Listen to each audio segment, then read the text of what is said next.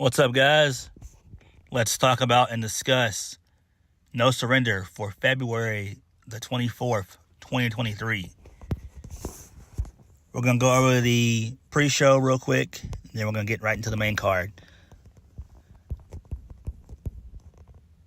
Giselle Shaw versus Deonna Purrazzo.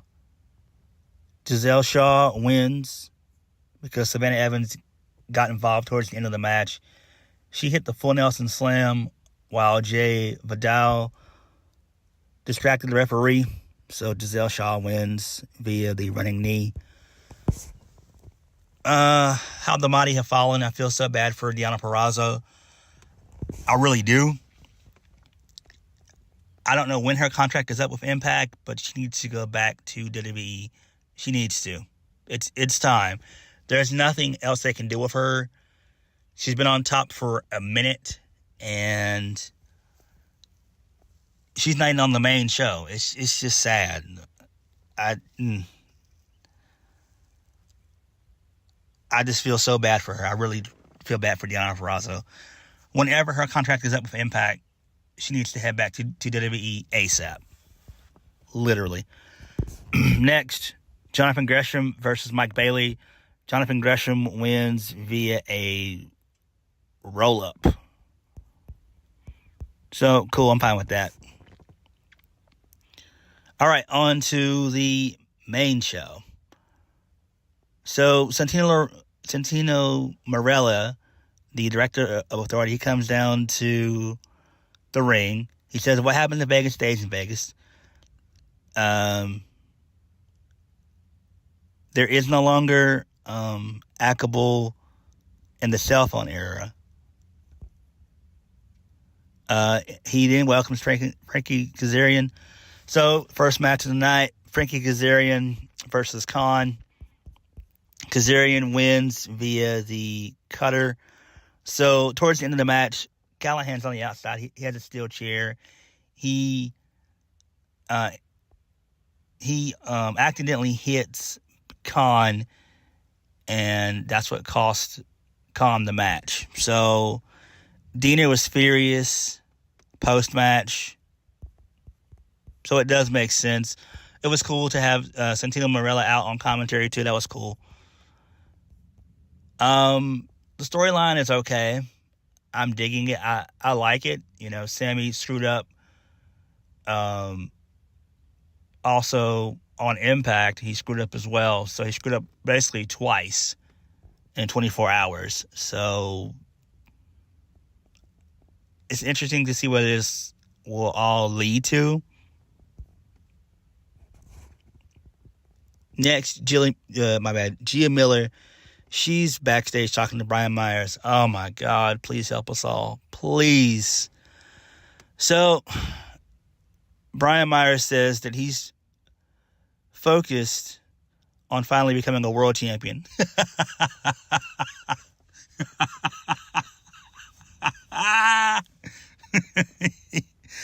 Oh, boy. Mm-hmm. Yeah. Uh-huh.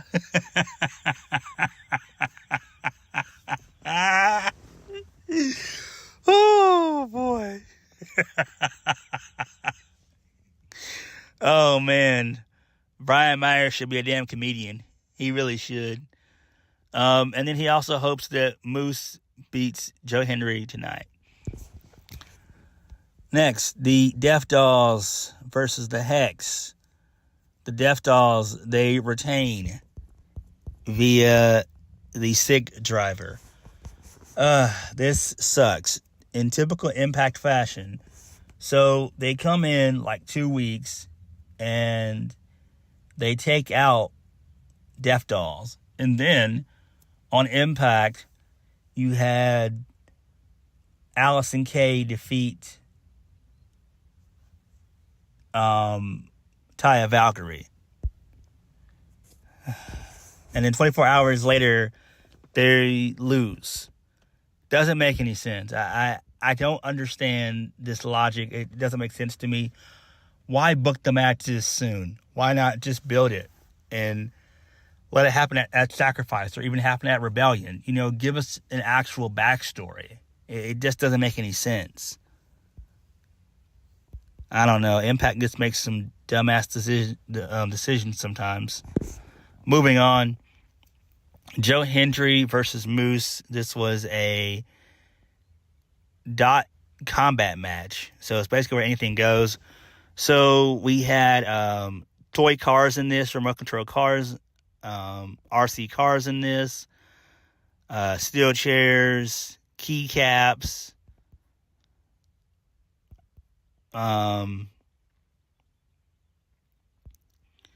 So there was also a virtual headset involved where Moose, he's in like a virtual nightclub, he's dancing. Then it cuts to a Moose music video. That was funny. So towards the end, Moose attempted to roll up Hendry, but Hendry, he rolled up Moose and he pulled the tights for the 3. I'm fine with it. So he retains. Makes sense. I'm a big Joe Hendry fan. Love me some Joe Hendry. Joe Hendry is amazing. Moving on. Mickie James. She's backstage with Gia Miller. So Mickie says she can't wait to clear up things with Jordynne Grace. The controversy surrounding all that. But she knows what Masha is capable of tonight. So, okay, that's cool. I have a feeling they'll probably end up giving Jordynne Grace her rematch at Sacrifice. To me, which makes the most sense. There's no point to wait until Rebellion to do it. Because I don't want a triple threat match.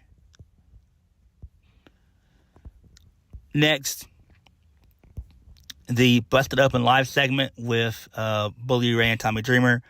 So Dave Lagreca, he welcomes both Tommy Dreamer and Bully Ray. So Bully has 60 seconds to talk. He remains silent for about 45 seconds. And then he says that he's sorry. That was his first statement. Then Dave Lagreca says his time's up. So Tommy says in his response, "Are you kidding me? Dreamer can't believe that's all he said from him, from his minute to speak." Dreamer brings up being at the hospital with Bully while his mother was dying. And then Bully agrees that this has gone too far and it's gone too deep. Bully asks if they can get rid of the time restraint so they can just talk. Dave Lagreca obliges. Bully says he was wrong about Dreamer's mother and says she's always been awesome to him. Bully watched the NWO documentary on Sunday and saw the way Kevin Nash talked about the late Scott Hall. Bully says he and Dreamer have always been that tight and thought what it would be like if something happened to either of them. Bully says he would be at Dreamer's funeral carrying his casket.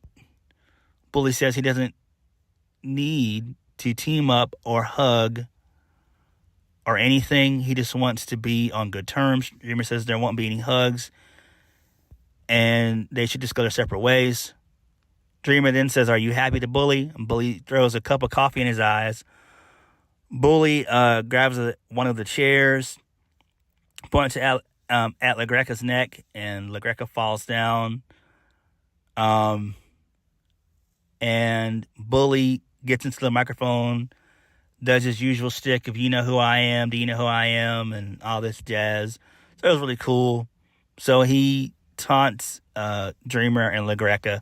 That was pretty cool. I liked that. Really decent segment. It went about maybe 8 to 10 minutes, so it wasn't too bad. It wasn't even that long. It was about 5 to 10 minutes. So I'm fine with that. Gia Miller, she interviews Rich Swann. Oh my God. Oof. So Swann says that he's going to do everything in his power to become Impact Champion once again. Thankfully, Steve Maclin, he interrupts and says that he hopes that Swann wins the title tonight so he can beat him again. Next, the Fatal 4-Way #1 contender match. PCO versus Heath versus Brian Myers versus Steve Maclin. Steve Maclin wins the Killed in Action, the KIL. My bad. The KIA, the Killed in Action. I do like that. That's a really solid finisher. So that was pretty cool. Also, Eddie Edwards, he interfered in the match. He took out PCO with a shovel, setting up their feud. Continuing their feud, which will probably end at Sacrifice. I think Rebellion. You don't need a feud. The feud doesn't need to continue on to Rebellion. You can, do a specialty match at Sacrifice. Trey Miguel comes out next. He's got a mic in hand. He is extremely upset and distraught that he's left off the card despite being X Division champion.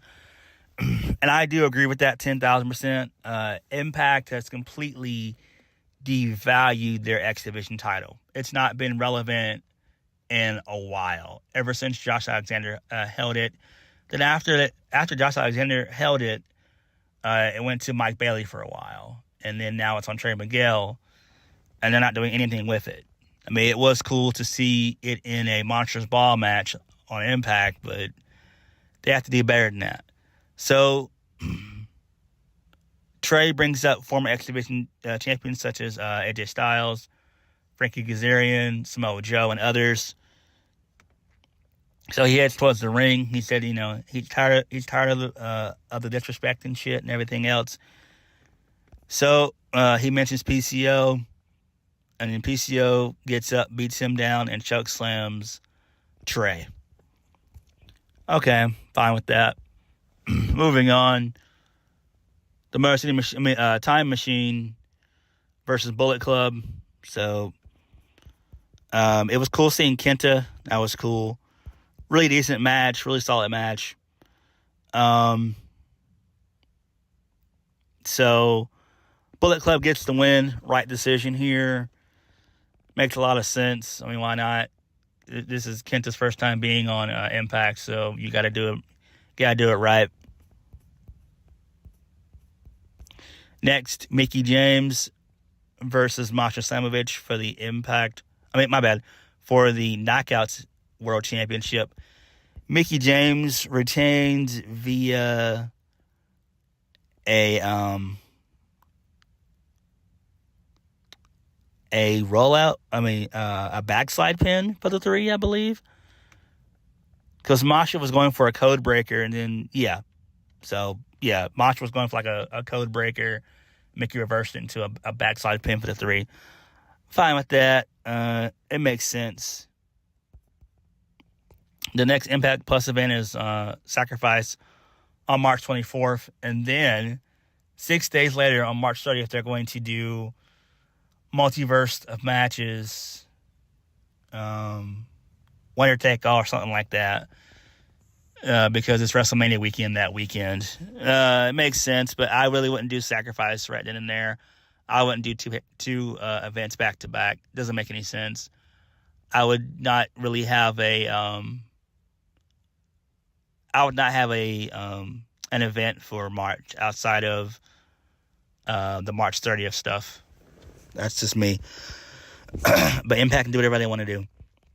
Next, finally, the main event, Josh Alexander versus Rich Swann for the Impact World Championship. Josh Alexander retains via the C4 spike. I am so tired of Josh Alexander. And this crowd, they're tired of him as well. There was one part of the match where the crowd verbally turned on Alexander. They were chanting, like, let's go Rich, or Swan, Swan, Swan. So, and that was towards the end of the match. I mean, people are tired of Josh Alexander. Josh Alexander, to me, is starting to remind me of Braun Breaker over in NXT, where he's a good talent, he's a good hand, but he's had the title for a little bit too long, and he's starting to become stale, just like Josh Alexander. So both Josh Alexander and Braun Breaker are both stale in their acts. And, you know, I just think it's time for Josh Alexander to lose. And it does make sense. I'm glad that Steve Maclin is number one contender. So I do expect for Steve Maclin to dethrone Josh Alexander. It makes sense. You don't really have anyone else outside of Steve Maclin and maybe Jonathan Gresham. Those are the only two that can dethrone Josh Alexander. Everyone else is just not, you know, up to par. It's not PCO. It's not Eddie Edwards. It's not any of those guys. It's not Rich Swann. So, I don't know.